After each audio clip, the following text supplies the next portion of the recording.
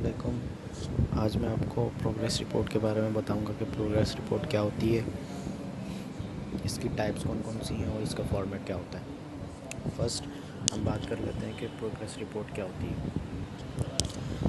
A progress report is a written record of the progress of the particular work or task that is going on।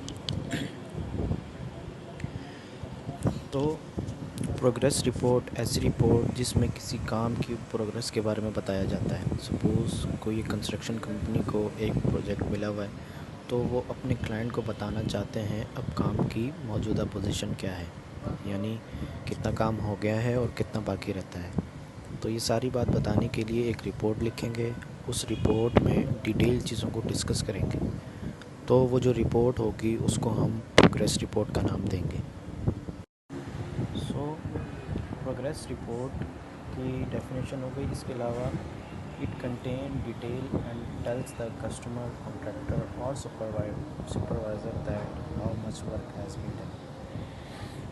If the work is incomplete it mention which part is left. तो इसमें progress report अपने customer को, supervisor को और contractor को बताती है कि कितना काम हो गया है। इसमें सारी डिटेल्स मौजूद होती हैं। और इसके अलावा ये भी मेंशन होता है कि अगर कोई काम इनकम्प्लीट है तो ये मेंशन करती है कि कौन सा काम नहीं हुआ, उसके इनकम्प्लीट के बारे में अपडेट भी करती है। तो ज़रूरी नहीं है कि ये किसी आउटसाइडर के लिए लिखी जाए।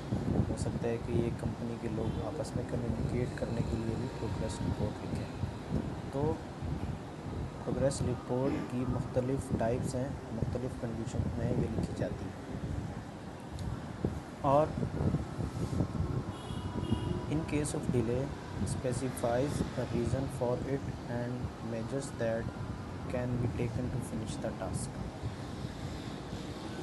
और अगर कोई काम डिले हो गया किसी भी वजह से तो इसमें रीज़न भी बताई जाती है कि कौन सा ऐसा रीज़न है जिसकी वजह से काम डिले हुआ, और उसके अलावा काम को मुकम्मल करने के लिए कौन से इक़दाम किए जा रहे हैं।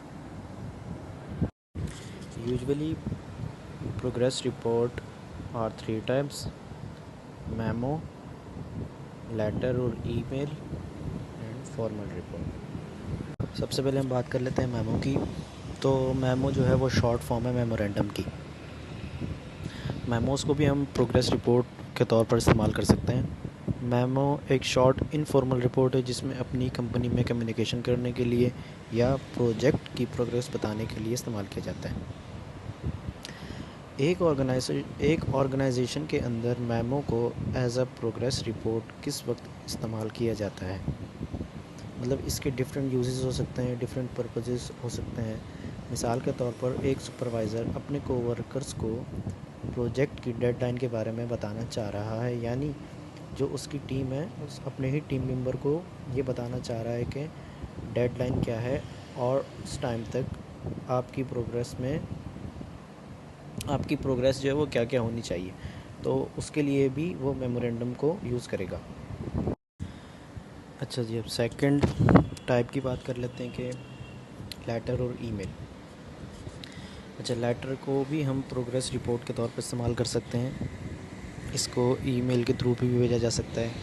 लेटर शॉर्ट और फॉर्मल होते हैं, मतलब इसमें सिर्फ काम की बातें लिखी जाती हैं। इसको हम उस वक्त यूज़ करते हैं जब हमें ऑर्गेनाइजेशन से बाहर किसी दूसरे को प्रोग्रेस के बारे में इन्फॉर्म करना हो, तो फिर हम लेटर का इस्तेमाल करते हैं। और ये शॉर्ट और फॉर्मल होते हैं, मतलब इसमें सिर्फ काम की बातें ही लिखी जाती हैं शॉर्ट करके। अब बात कर लेते हैं थर्ड फॉर्म की। थर्ड फॉर्म जो है वो हमारे पास फॉर्मल रिपोर्ट। अच्छा जी, फॉर्मल रिपोर्ट जो है वो ऑफिशियल प्रोग्रेस रिपोर्ट है जो कि लॉन्ग होती है और इसको लिखने का एक स्पेसिफिक पैटर्न भी होता है, और इसमें प्रोजेक्ट की प्रोग्रेस को डिटेल में डिस्कस किया जाता है और ये एक पैटर्न के अकॉर्डिंग डिस्कस किया जाता है। इसको हम ऑर्गेनाइजेशन के अंदर भी यूज़ कर सकते हैं और ऑर्गेनाइजेशन के बाहर किसी को इन्फॉर्म करना हो प्रोजेक्ट की प्रोग्रेस के बारे में, तो उस वक्त भी हम फॉर्मल रिपोर्ट का इस्तेमाल कर सकते हैं। हम बात कर लेते हैं अब के फॉर्मेट कैसा होगा प्रोग्रेस रिपोर्ट का। तो फॉर्मेट के लिए हम देखेंगे कि प्रोग्रेस रिपोर्ट की नेचर क्या है, यानी आप किसको प्रोग्रेस के बारे में बताना चाह रहे हैं। अगर सिचुएशन फॉर्मल होगी तो आप उसके लिए स्पेसिफिक पैटर्न को फॉलो करेंगे। अगर सिचुएशन इनफॉर्मल होगी तो आपकी रिपोर्ट भी जो है वो इनफॉर्मल होगी।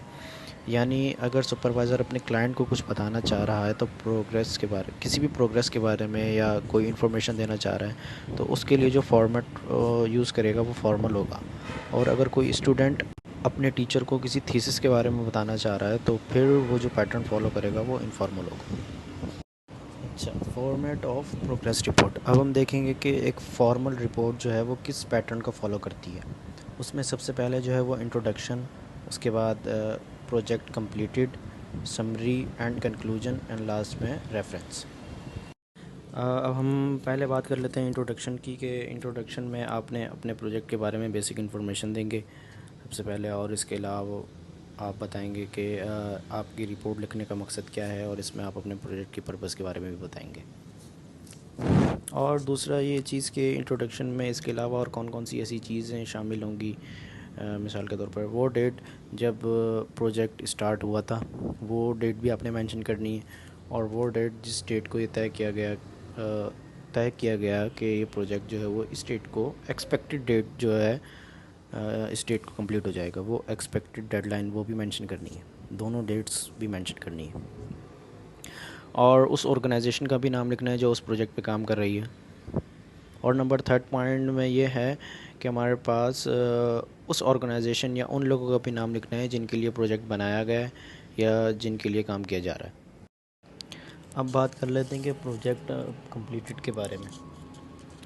तो इंट्रो के बाद इस पार्ट में आप क्लियरली बताएंगे कि काम की मौजूदा सूरत हाल क्या है या इस काम का मौजूदा स्टेटस क्या है, यानी प्रोजेक्ट पर कितना काम हुआ, कितना हो चुका है, उसकी करंट पोजीशन क्या है।